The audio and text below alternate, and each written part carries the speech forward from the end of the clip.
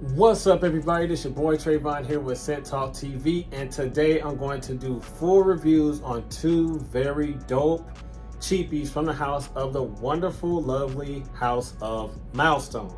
Now, I finally got around to these two cheapies, and I still got the other two to do full reviews on, but I finally got around to these two at least, because I've been distracted with a lot of other fragrances and stuff like that as far as doing full reviews on, but these two definitely need some light shined on them if they haven't been shined upon already, because I had a very good time with these fragrances, and the details will probably convince you to go out and buy these, and hopefully they are readily available in your area.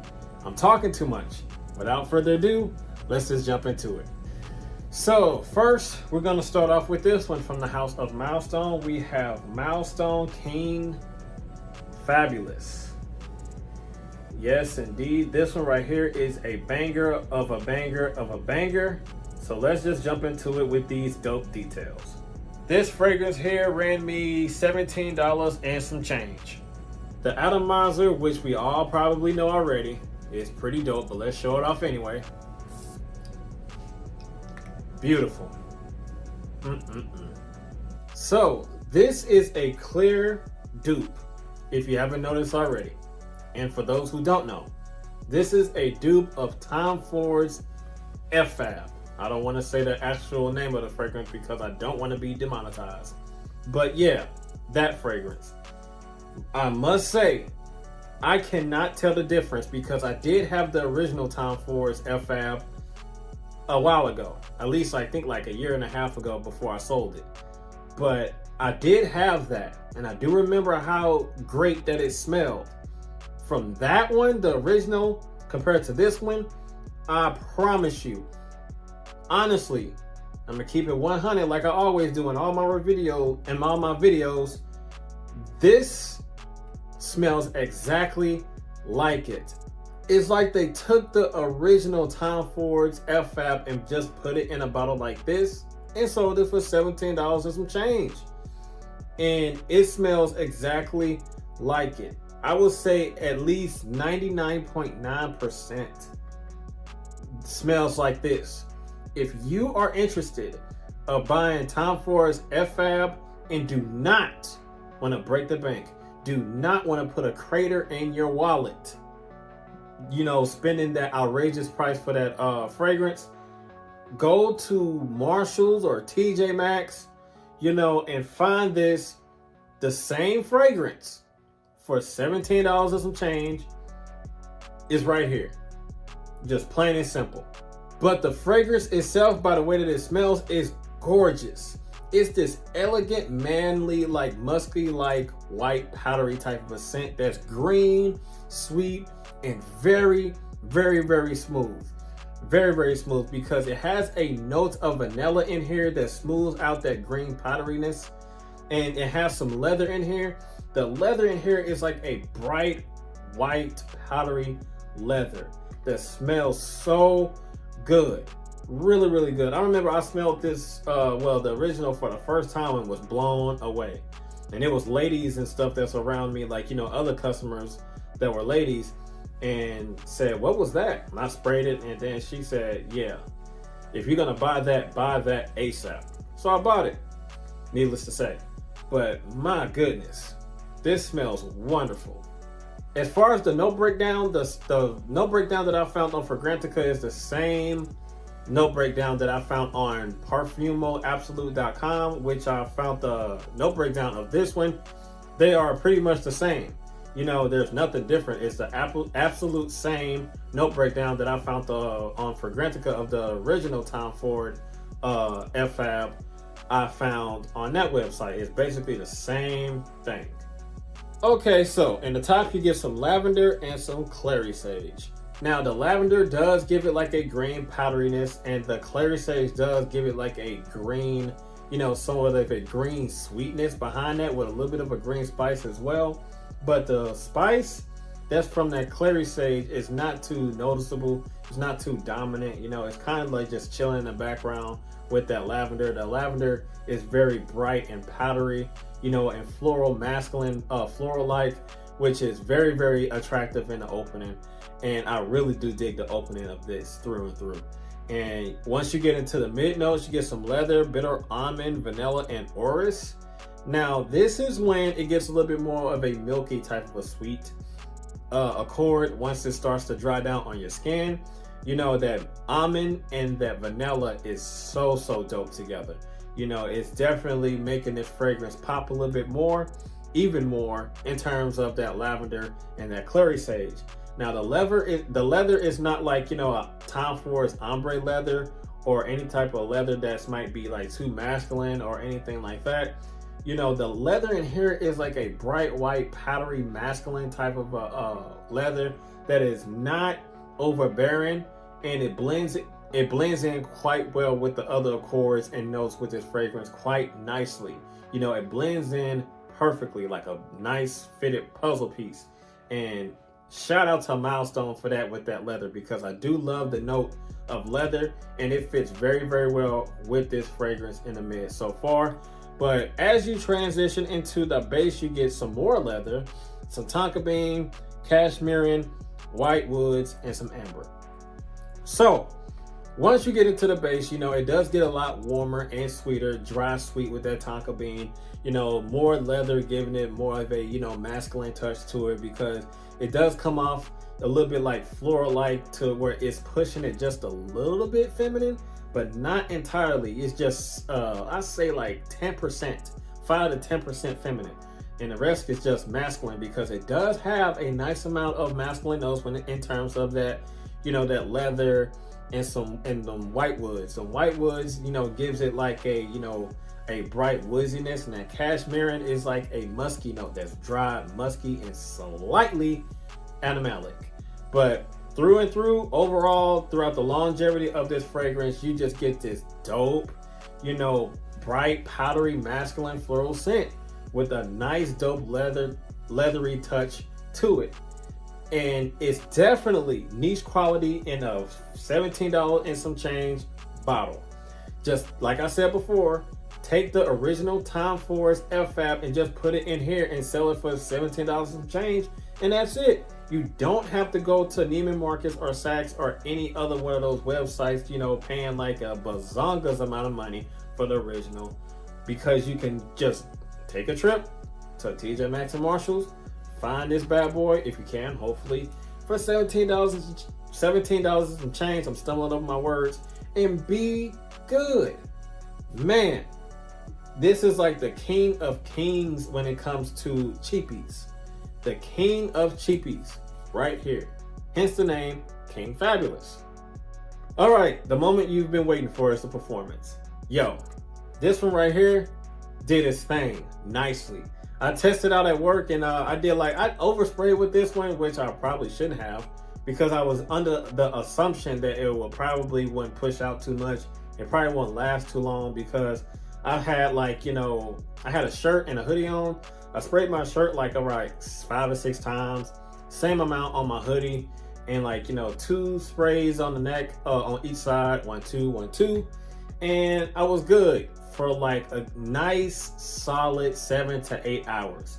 I work a 10.5-hour shift, and it lasts pretty much throughout the whole entire shift until I got home, because the longevity was good within like, you know, I mean, the projection was good within like, you know, the first hour and a half, then it set close to the skin, but it really didn't necessarily sit close to the skin as a skin scent, because you do get a nice little scent bubble, a nice little sillage, but it sits soft to the skin. It's not a beast where it's pushing out, making a loud aura around you. It just has a nice, soft, you know, sweetheart of an aura that's not overbearing. So yeah, total longevity, a good 7 to 8 hours. You know, then the projection was good within like an hour to an hour and a half, then set close to the skin. It really didn't become too much of a skin scent until it hit like the 5th to 6th hour mark. This thing did its thing, and I am so much of a proud owner to have this in my collection. Man, Milestone snapped with this one. For sure, for sure. So if you're wondering if I got any compliments, I didn't receive any compliments, at least not yet, but this will potentially give you compliments, especially since I got a compliment for not even wearing this fragrance when I bought it at Neiman Marcus, you know, a while ago from those ladies. They say, if you're gonna buy that, go ahead and buy it and stock up on it. You know, they went in on it. So I went ahead and bought it, and they loved it and I loved it. So this has the potential of giving you compliments with the original and definitely with this one. Yes, indeed. You know, when it comes to wearing fragrances, wear it for yourself. But if you're the type of person that's looking for compliments, you know, I ain't knocking you for that. And if you're wanting compliments, this is your best bet right here. Now, for as far as the seasons to wear this, I would say every season except summertime, because it does have a, like, you know, notes that has, like, you know, it gives it a little bit more depth, that's heavy and dense, and, you know, it's a little bit too masculine for, like, you know, the high heat, you know, for the summertime. But if you want to wear it in the summertime, you know, when it's cooler or at night or something like that, that's up to you. I ain't bashing you for that, but specifically saying, I will say this is good for spring when it's cooler, fall, and wintertime. That's it. Okay, so the ages that can wear this fragrance, no matter what age that you are, if you like it, wear it. Specifically though, I would say this is more of a middle age on up, due to it having like the note of leather and like that masculine muskiness from the cashmere. And, you know, those type of notes brings a lot of maturity to this fragrance, you know, for, you know, the middle age on up crowds to appreciate and not the younger guys. But if you're a younger guy and you like this, wear it. Doesn't matter. So my overall thoughts on this, man, this is a killer of a cheapie. For $17 and some change, it should not be smelling this good, and it should not be performing as well, and it should not be as dope as this. Oh man, I'm speechless. You know, I done said a mouthful of this fragrance. This right here, King Fabulous, needless to say, and I must say, if you find this, please do not hesitate. Do not hesitate on picking this bad boy up. Please pick this up. You will be doing yourself a very, very injustice for not picking this up. If you are a fan of FL by Tom Ford, you will definitely be a fan of this. Trust and believe me. So up next, and the final one from the house of Milestone, we have Tuscany Leather Eau de Parfum. Let's go. This fragrance ran me $17 and some change. The atomizer on here is just as dope as the first one. Can't get no better than that. Okay, now this one is a dupe of Tom Ford's Tuscan Leather. Now I have smelled that one in the past. Long ago in the past. To the point where I forgot the way that the original smells. But I do remember that it smells quite nice. So as far as like doing a full comparison between those two, is not going to be as informative than the first one that I did already. So I apologize for that. I will do my best. However, this one right here, the opening at first, when I first sprayed this on, giving it a full wearing, I did not like the opening at all. But as time went on, it started to grow on me quite a bit, because you get smacked in the face, hard in the face with that leather note immediately, because leather is in the base of it, but you immediately get smacked in the face with that leather.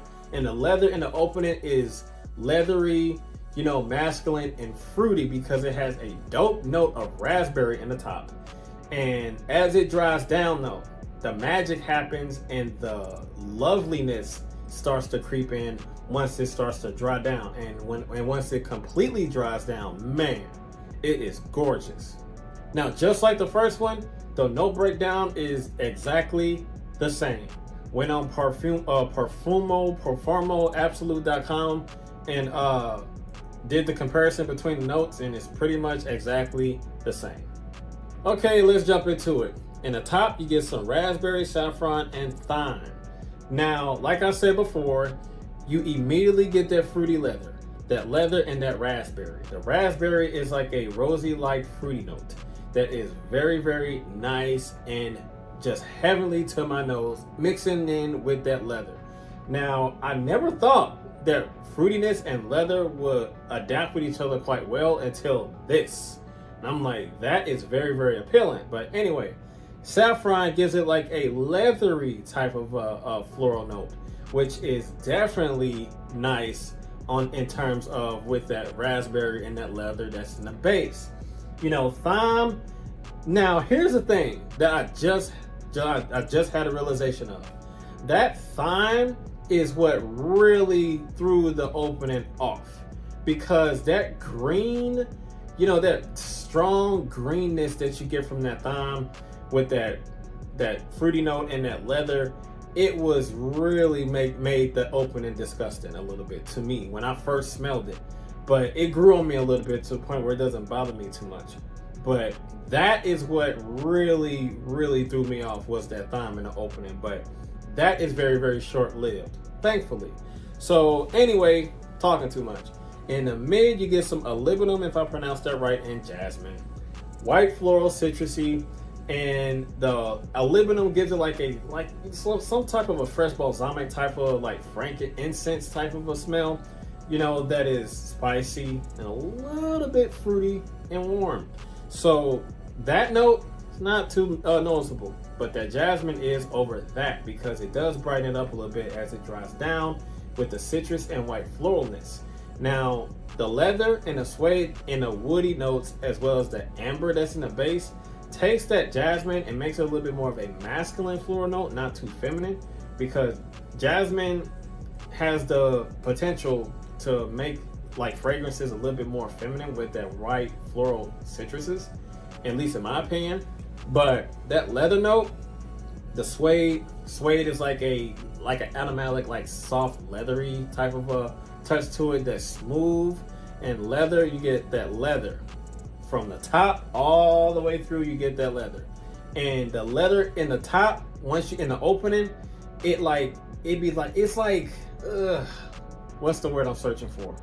The leather in the top feel like it was doing way too much as far as like being all over the place. It's like, you know, trying to butt in and be in front, you know, and just dominate all the other notes that's in the fragrance, to the point where it was hard for the other notes to creep in and shine, at least on my skin, because that leather note is dominant and bold.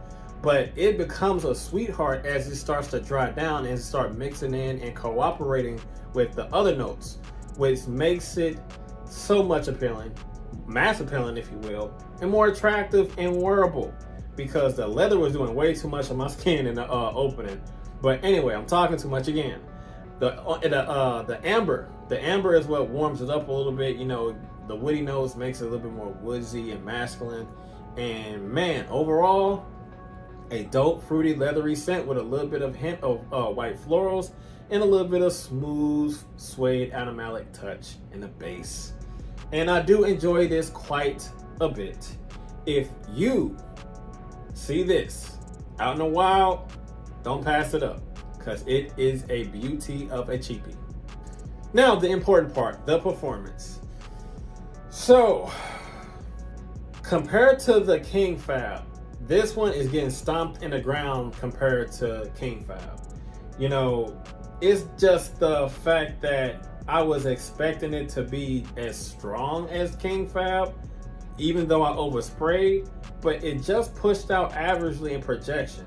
You know, it wasn't loud, it wasn't weak either. It's a soft, somewhat type of an intimate scent, you know, but you still be able to pick it up. It's not, it doesn't, as soon as you spray it on, it doesn't jump off and leap off your skin or anything like that. You know, it's average. You know, if you want more projection and longevity, overspray, obviously. But the projection was good within an hour, set close to the skin. Total longevity on me was 4 to 5 solid hours. It became a skin scent after like the 3rd hour mark. So it's still a solid cheapie. Just doesn't last as long as King Fab. I do enjoy it though. I do enjoy it. If you want to bring a decant with you, do so. Want to bring a bottle with you to reapply? Do so. If you want to overspray, do so, because this one on my skin, 5 hours max. Compliments, no compliments, at least not yet.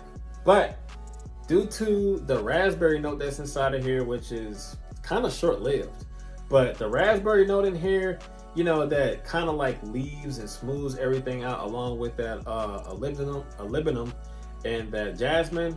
You know, this is what brings a lot of appeal, is those 3 notes to me. The leather as well, but the leather was doing too much. But it does become a little bit more attractive and suitable and wearable. But I'm digressing. You know, the compliments, based on what I just said, it will garner you compliments based on those factors that I just mentioned. But yeah, didn't receive any compliments. Oh well. All right, now the age group.